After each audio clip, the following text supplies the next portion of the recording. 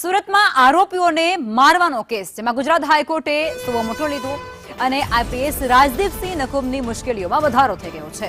IPS નકુમનું અન્ય જગ્યા પર ટ્રાન્સફર કરવા માટે હાઈકોર્ટનો મોટો નિર્દેશ, જેમાં રાજ્ય સરકારનું કોર્ટમાં નિવેદન, જેમાં ઘટના ધ્યાનમાં આવ્યા બાદ તપાસના આદેશ આપ્યા છે તેવું સરકાર જવાબ આપી રહી છે.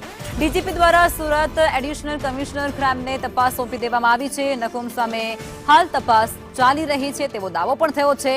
સિનિયર પોલીસ અધિકારીનું કૃત્ય એ અયોગ્ય હાઈકોર્ટ કહી રહ્યું છે. અધિકારી પોસ્ટ પર હશે તો પ્રાથમિક તપાસમાં મુશ્કેલી થશે તેવું હાઈકોર્ટનું કહેવું છે.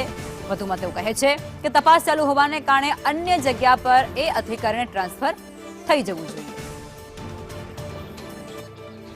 જી મનીષ, આ મુદ્દે શું છે વધુ વિગતો?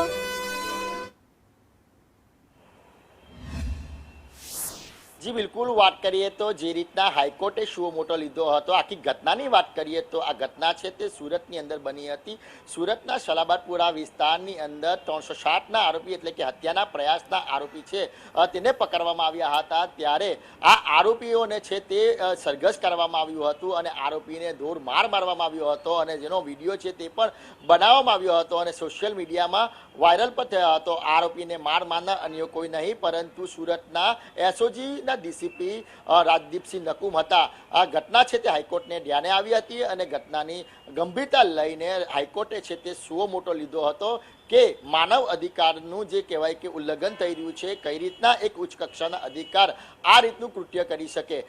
તમામ બાબતે જે હાઈકોર્ટે જે સુઓ મોટો લઈને તપાસ આપી હતી અને તપાસ છે તે ડીજીપીને કહ્યું હતું અને ડીજીપીને ધ્યાન દોરાવતા તપાસ ડીજીપીએ છે તે સુરત જેસીપી એડિશનલ કમિશનર છે તેને સોંપવામાં આવી છે.